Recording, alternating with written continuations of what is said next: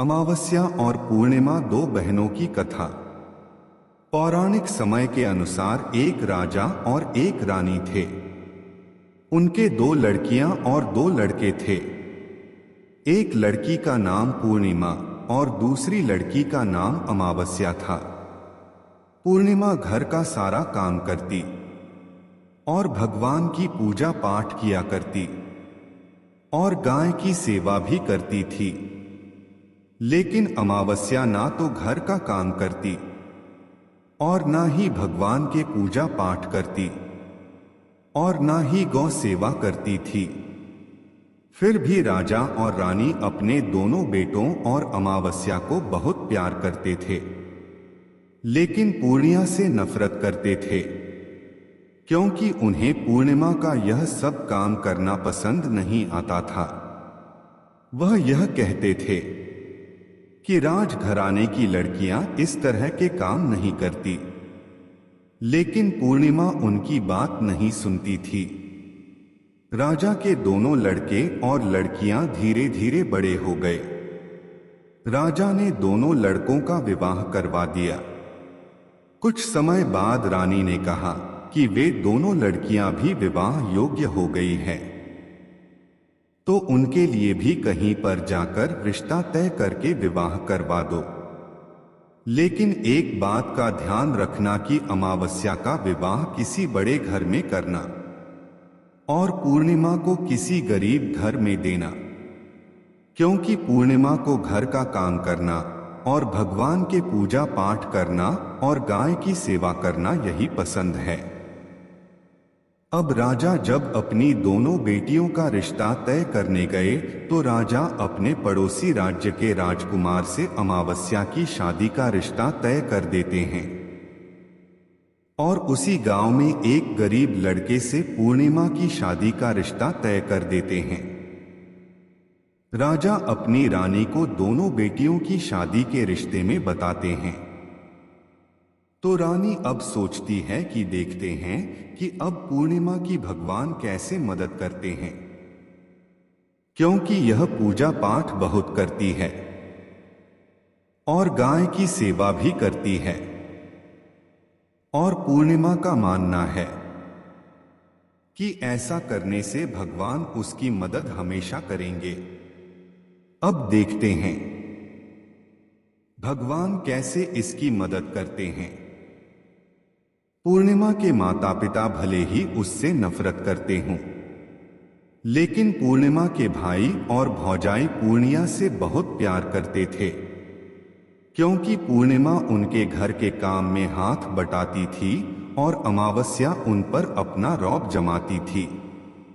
राजा इसके कुछ दिनों बाद ही उनका विवाह करवा देते हैं और जब राजा और रानी उन दोनों लड़कियों को विदा करते हैं, तब अमावस्या को विदाई के समय बहुत सारा धन और दौलत देते हैं और पूर्णिमा को कुछ भी नहीं देते हैं। फिर भी पूर्णिमा खुश ही रहती है। इसके बाद दोनों बहनें अपने अपने ससुराल चली गई। अब एक दिन अमावस्या ने अपने घर शिव चर्चा रखी, जिसमें उसने पूरे गांव वालों को अपने घर बुलाया, लेकिन पूर्णिमा को नहीं बुलाया। जब गांव की औरतें अमावस्या के यहां जा रही थी, तब पूर्णिमा अपने दरवाजे के बाहर बैठी हुई थी। तो उन औरतों ने पूर्णिया से कहा कि तुम्हारी बहन के शिव चर्चा में तुम नहीं चल रहा है क्या? पूर्णिमा ने कहा, मुझे बुलाया ही नहीं है, तो मैं कैसे चल सकती हूं? तब औरतों ने कहा कि शिव चर्चा है, तुम भी चलो हमारे साथ। पूर्णिमा उन औरतों की बात मानकर उनके साथ चली जाती है। जब अमावस्या की नजर पूर्णिमा पर पड़ी, तो अमावस्या ने गुस्से में आकर पूर्णिया से कहा कि तू यहां कैसे चली आई? मैंने तो तुझे बुलाया ही नहीं था। कोई बात नहीं, अब तुम आ गई हो तो चुपचाप मुंह ढक कर बैठे रहना और इधर उधर मत घूमना। कहीं किसी ने तुझे यहां देख लिया तो मेरी बदनामी हो जाएगी। इस तरह से अमावस्या ने पूर्णिमा की गरीबी का मजाक उड़ाया। अमावस्या की यह बातें सुनकर पूर्णिमा की आंखों से आंसुओं की धारा बहने लगी और भगवान शिव से हाथ जोड़कर पूर्णिमा मन ही मन विनती करने लगी कि हे भगवान, क्या पूजा पाठ करना, घर का काम करना, गौ सेवा करना गलत बात है? आखिर मेरा कसूर क्या है? आप कब मुझ पर कृपा करेंगे? जितने समय तक शिव चर्चा होती रही तब तक पूर्णिमा बार बार भगवान से यही कहती रही। अब अमावस्या भगवान का प्रसाद बांटने लगी तो उसने सबको भगवान का प्रसाद दिया, लेकिन पूर्णिमा को नहीं दिया। पूर्णिमा बिना प्रसाद के ही घर लौटने लगी तो रास्ते में उसने सोचा कि बच्चे प्रसाद मांगेंगे तो वह उन्हें क्या कहेंगी। उसने सोचा कि मैं अपने मायके, अपने भाई और भौजाई के पास चली जाऊंगी और वहां से बच्चों के लिए कुछ लेकर आऊंगी। ऐसा सोचते हुए वह अपने घर आ गई और उसने अपने पति और बच्चों से कहा कि मैं अपने मायके जा रही हूं। उन्होंने कहा ठीक है और पूर्णिमा मायके के लिए रवाना हो गई। चलते चलते एक चबूतरा आया जिस पर तुलसी का पौधा लगा हुआ था और उस चबूतरे पर एक बूढ़ी औरत लेटी हुई थी। वह कोई और नहीं, साक्षात तुलसी मां थी। उस बूढ़ी औरत ने पूर्णिया से कहा, बेटी तुम कौन हो और कहां जा रही हो? तो पूर्णिमा ने अपना परिचय दिया और फिर उस बूढ़ी औरत ने पूर्णिया से कहा, बेटी यह तुलसी का पौधा सूख रहा है, इसमें थोड़ा पानी डाल दो और इस चबूतरे की साफ सफाई कर दो, जिससे मुझे थोड़ी ठंडक मिलेगी। पूर्णिमा ने कहा ठीक है माजी। उसने तुलसी में पानी डाला, चबूतरे की साफ सफाई की और उस बूढ़ी औरत को भी नहला दिया और उनके पैर दबाए और कहा, और क्या काम है मां जी?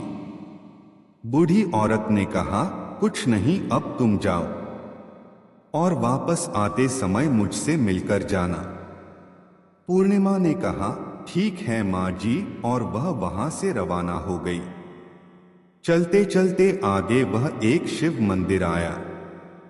वहां पर भी एक बूढ़े बाबा मिले जो कि चबूतरे पर बैठे हुए थे। वह कोई और नहीं, साक्षात भगवान महादेव थे। उन्होंने पूर्णिया से कहा, बेटी तुम कौन हो और कहां जा रही हो? पूर्णिमा ने उन्हें भी अपना परिचय दिया।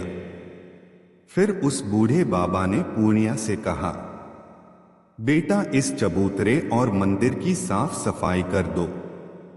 पूर्णिमा ने कहा ठीक है बाबा, और उसने चबूतरा साफ करने के बाद वहां पूजा पाठ की और उस बूढ़े बाबा को भी नहला दिया और कहा, और क्या काम है बाबा?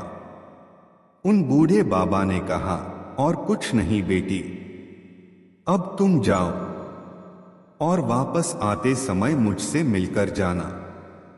पूर्णिमा ने कहा ठीक है बाबा, और वह वहां से रवाना हो गई और आगे चलते चलते उसे काली मां का मंदिर मिला। वहां भी एक बूढ़ी औरत चबूतरे पर बैठी हुई थी।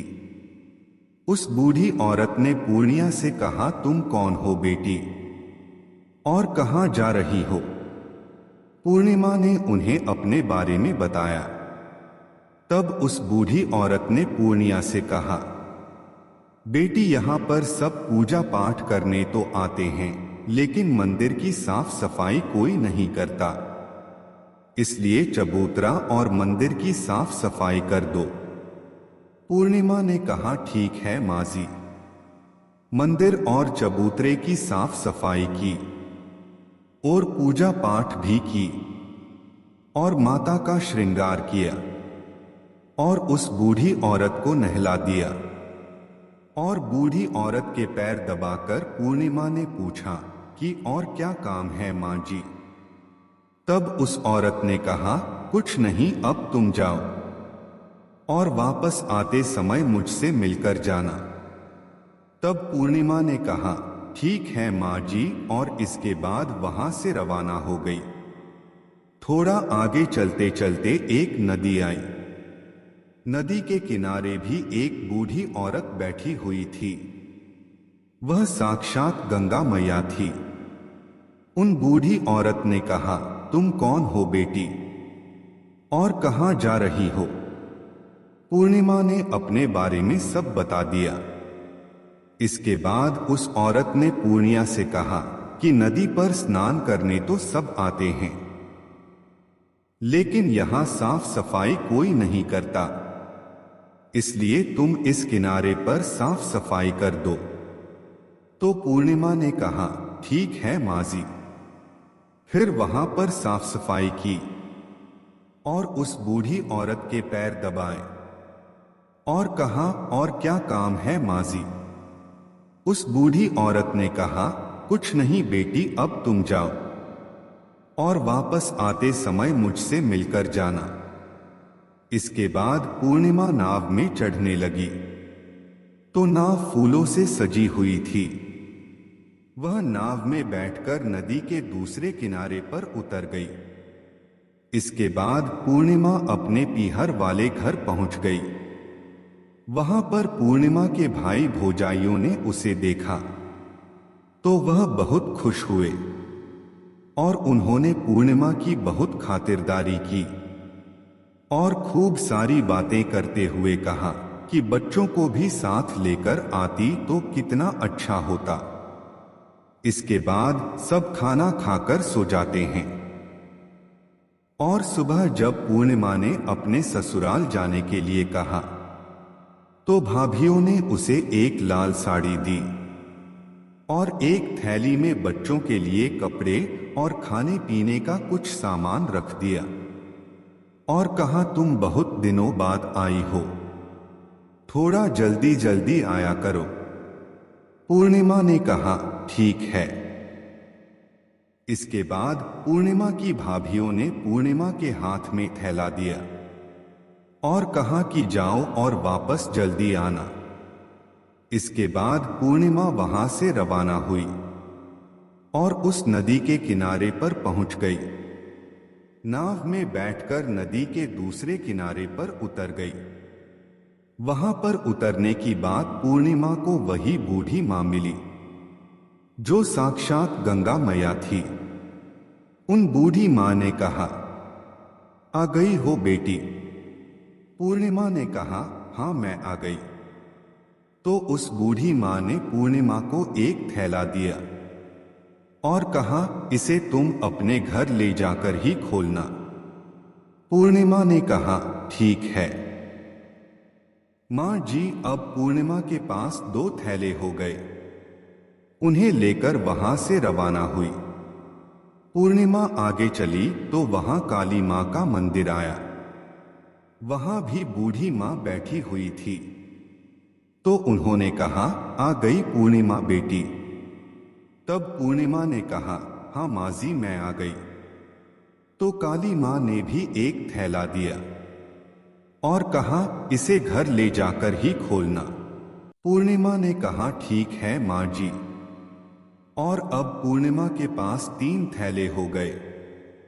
पूर्णिमा ने एक थैला सर पर रख लिया और एक एक थैला हाथ में ले लिया और वहां से रवाना हो गई।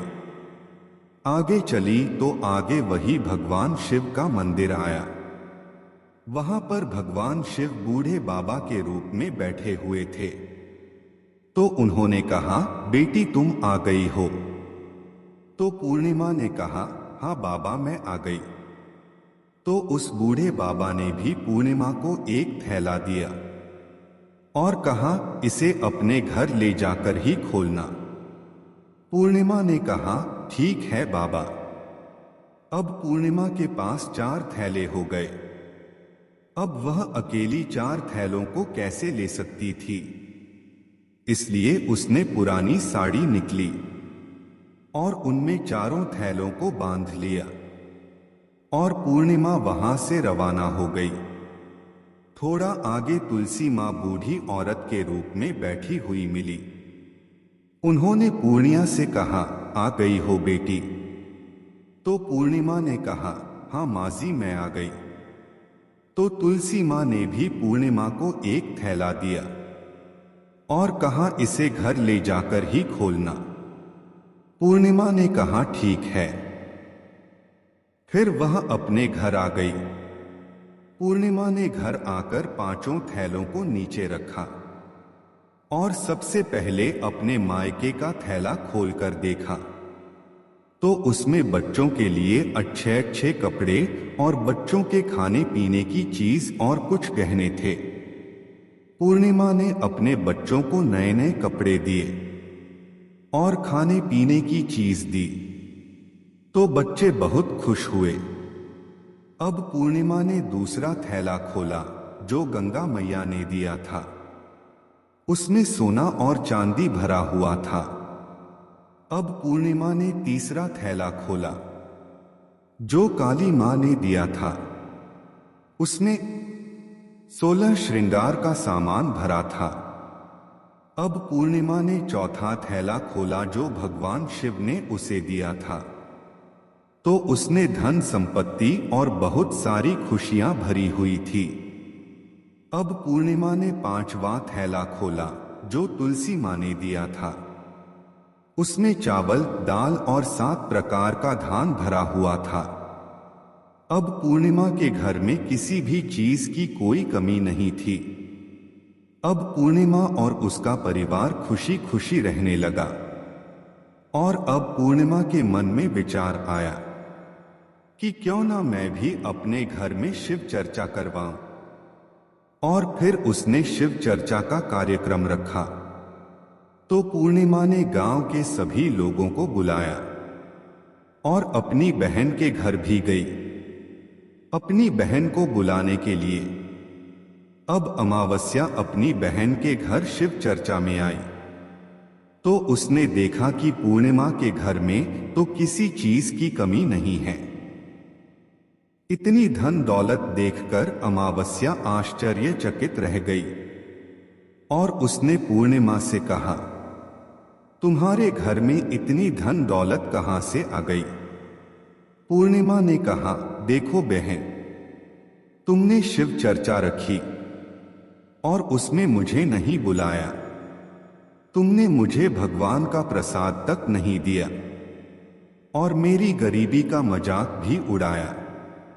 उसके बाद जब मैं अपने घर आ रही थी तो रास्ते में मेरे मन में विचार आया कि घर पर बच्चे जब प्रसाद मांगेंगे तो मैं उनसे क्या कहूंगी। इसीलिए मैंने सोचा कि मैं अपने मायके चली जाऊंगी। और फिर मैं अपने मायके चली गई। फिर जो भी घटना हुई वह सब उसने अमावस्या को बता दी। तब अमावस्या ने पूर्णिया से कहा, तुम भी मुझे प्रसाद मत दो और मुझ पर गुस्सा करो। लेकिन पूर्णिमा ने कहा, यह तो भगवान का प्रसाद है, मैं तो सबको दूंगी। लेकिन अमावस्या ने फिर भी प्रसाद नहीं लिया और वह सीधे अपने घर चली गई और घर जाकर अपने बच्चों से कहकर कि मैं मायके जा रही हूं, मायके के लिए रवाना हो गई। चलते चलते रास्ते में वही तुलसी माँ मिली जो बूढ़ी माँ का रूप करके चबूतरे पर बैठी हुई थी। उस बूढ़ी माँ ने अमावस्या से कहा, बेटी तुम कौन हो और कहाँ जा रही हो? तब अमावस्या गुस्से में बोली, तुमसे मतलब मैं कहीं भी जाऊं। बूढ़ी माँ ने फिर से अमावस्या से कहा, यह तुलसी का पौधा सूख रहा है, इसमें थोड़ा पानी डाल दो और इस चबूतरे की साफ सफाई कर दो। इस पर अमावस्या ने कहा, ए बुढ़िया, तुझे दिखाई नहीं देता मैंने कितनी महंगी साड़ी पहन रखी है, यह गंदी हो जाएगी। ऐसा कहकर वह आगे चली तो भगवान शिव मिले। उन्होंने भी उसे ऐसा ही करने को कहा तो उसने उन्हें भी मना कर दिया। उसके बाद आगे चली तो काली मां मिली। काली मां को भी उसने ऐसे ही कह दिया। उसके बाद आगे चली तो गंगा मैया मिली। गंगा मैया को भी उसने ऐसा ही कह दिया। इसके बाद वह नाव में बैठने लगी तो नाव में फूलों की जगह कांटे थे जो उसके पैरों में चुभ गए और वह दर्द से कराहते हुए दूसरे किनारे पहुंच गई। फिर वहां से अपने मायके पहुंची। जब उसके भाइयों और भौजाइयों ने उसे देखा तो आपस में धीरे से बोली, काम की ना काज की, ढाई सेर अनाज की, यह आफत कहां से आ गई? अब आ ही गई है तो ठीक है। पूर्णिमा तो हमारे काम में हाथ बटाती थी, यह तो कुछ काम करेगी नहीं। अब उन्होंने खाना बनाया और सब खाकर सो गए। अमावस्या सुबह उठी और अपनी भौजाइयों से कहा कि मैं अपने ससुराल जा रही हूं। तो उन्होंने कहा, ठीक है जा। तब अमावस्या बोली, पूर्णिमा को तो तुमने एक थैला दिया था और मुझे कुछ भी नहीं दोगी क्या? भौजाइयों ने कहा, तुम घर जाओ, सामान तुम्हारे घर पहुंच जाएगा। और फिर अमावस्या नदी के किनारे जाकर नाव में बैठकर दूसरे किनारे पहुंची। वहां गंगा मैया बूढ़ी मां का रूप धारण करे हुए बैठी थी। बूढ़ी मां ने कहा, आ गई हो बेटी? तो उसने कहा, आ गई। फिर बूढ़ी मां कुछ नहीं बोली। तब अमावस्या ने उनसे कहा, तुमने पूर्णिमा को एक थैला दिया था, मुझे नहीं दोगी? तब बूढ़ी मां ने कहा, तुम अपने घर जाओ, वह तुम्हारे घर पहुंच जाएगा। इसके बाद काली मां ने भी ऐसे ही कह दिया। फिर भगवान शिव ने भी ऐसे ही कह दिया। फिर तुलसी मां के पास पहुंची तो उन्होंने भी यही जवाब दिया। इसके बाद जब मैं अपने घर पहुंची तो 5 थैले रखे हुए थे। अमावस्या ने अपने मन में सोचा कि आज तो मैं निहाल हो गई। उसने जल्दी से सभी थैले खोले तो किसी में मिट्टी, तो किसी में पत्थर, तो किसी में कंकर, किसी में कोयला, किसी में सांप बिच्छू भरे थे। यह सब देखकर उसने अपना सर पकड़ लिया और रोने लगी कि हे भगवान, मुझे मायके में भी कुछ नहीं मिला और इन थैलों में भी कुछ नहीं मिला। इसके बाद अमावस्या दौड़ती हुई अपनी बहन पूर्णिमा के घर जाती है और पूर्णिया से कहती है, तुम्हें तो इतना सब कुछ मिला और मुझे क्यों नहीं मिला? पूर्णिमा ने कहा कि जब मैं अपने मायके जाती हूं तो अपनी भाभियों के साथ मिलकर काम करती हूं और तुमने कभी उनकी इज्जत नहीं की, इसलिए तुम्हें भला वह क्यों देती? इसके बाद तुमने गंगा मैया को भी ठुकरा दिया, काली मां को भी ठुकरा दिया और भगवान शिव को भी ठुकरा दिया। फिर तुलसी मां को भी ठुकरा दिया, इसलिए उन्होंने भी तुम्हें कुछ नहीं दिया। अमावस्या बोली, बहन मुझे माफ कर दो, मैंने सदा तुम पर अत्याचार किए हैं। मुझे कुछ नहीं मिला तो कोई बात नहीं, मैं भी भगवान की भक्ति करके सब कुछ प्राप्त कर लूंगी, बस मुझे इसका रहस्य बताओ। तब पूर्णिमा ने कहा, तुम भगवान से 3 चीज मांगो, दूसरों पर दया करना, भगवान का हर समय नाम लेना और दूसरों के बारे में अच्छा बोलना, और फिर हमेशा इन सब बातों पर अमल करना। मैंने सच्चे मन से भगवान की पूजा पाठ की, इसलिए मेरे पास कुछ भी नहीं था, फिर भी भगवान ने मुझे सब कुछ दे दिया। और तुम्हारे व्यवहार के कारण तुम्हारे पास जो कुछ था वह भी खत्म हो गया। इसके बाद अमावस्या अपने घर गई और भगवान की पूजा पाठ करने लगी और भगवान शिव से माफी मांगने लगी और गौ सेवा करने लगी, दूसरों की मदद भी करने लगी। फिर उसके पास भी पूर्णिमा की तरह सब कुछ पहले की तरह हो गया। दोस्तों, अगर आप आगे भी ऐसी धार्मिक कहानी सुनना चाहते हैं तो वीडियो को लाइक करें, और चैनल पर नए हो तो चैनल को सब्सक्राइब करें। हमारे साथ अंत तक बने रहने के लिए धन्यवाद।